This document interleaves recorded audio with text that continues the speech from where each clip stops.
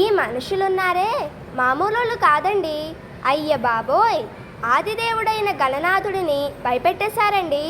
పాపం ఆయన బాధ, మనసులో వేదన మనతో చెప్పుకోవడానికి మన ముందుకు వస్తున్నారు మన గణపతి బప్ప. మీరు నా పేరు తలుచుకోకుండా ఏ పని మొదలుపెట్టరు, కానీ నన్ను అవమానిస్తున్నారు. అందరూ కలిసి చేసుకునే పండుగని చివరికి తిట్టుకునే దండగలా చేశారే. మా అమ్మ నన్ను పసుపుతో చేస్తే మీరేమో దాన్ని కాస్త ప్లాస్టర్ ఆఫ్ పారిస్గా మార్చారు. నాకేమైనా రంగులు కావాలని అడిగానా? మట్టితో చేస్తే వరాలు ఇవ్వనన్నానా? వేదాలలో నన్ను బ్రొటన వేలంత చేస్తే చాలని చెప్తే మీరేమో నన్ను మీ ఇష్టం వచ్చినట్లు నా ఎత్తు పెంచేస్తున్నారు. ఒక్క అడుగుతో మొదలయ్యి 60 అడుగుల వరకు చేర్చేశారు. ఒకరిని చూసి ఒకరు అలా నా ఎత్తు పెంచేస్తుంటే దాన్ని భక్తి అనుకోవాలా లేదా వెర్రి అనుకోవాలా?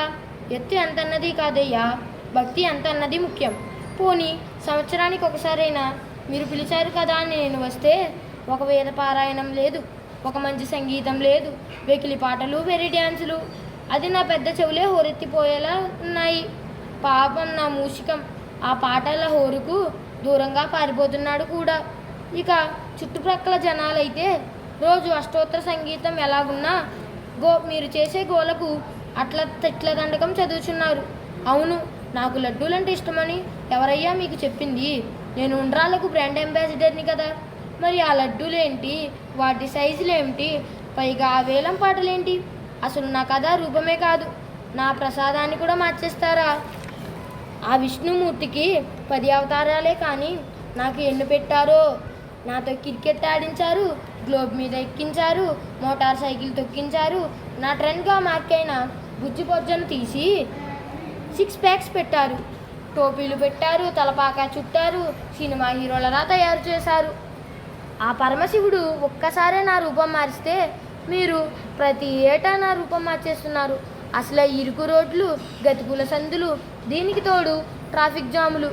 నా పండగ పేరుతో వాటిని కాస్త పెంచేలా రోడ్ల మీద ఆ ఊరేగింపులేంటి, ఆ డ్యాన్సులేమిటి?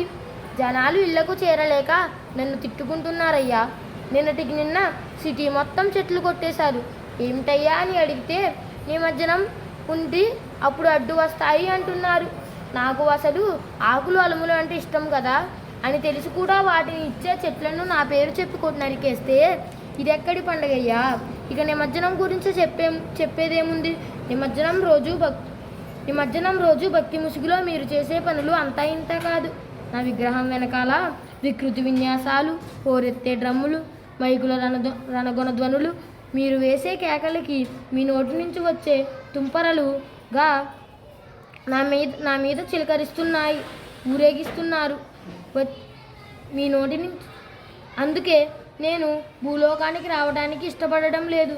దయచేసి మీరు మీ పద్ధతులను మార్చుకొని సాంప్రదాయ పద్ధతిగా పండగలను జరుపుకోండి. ఉంటానయ్యా.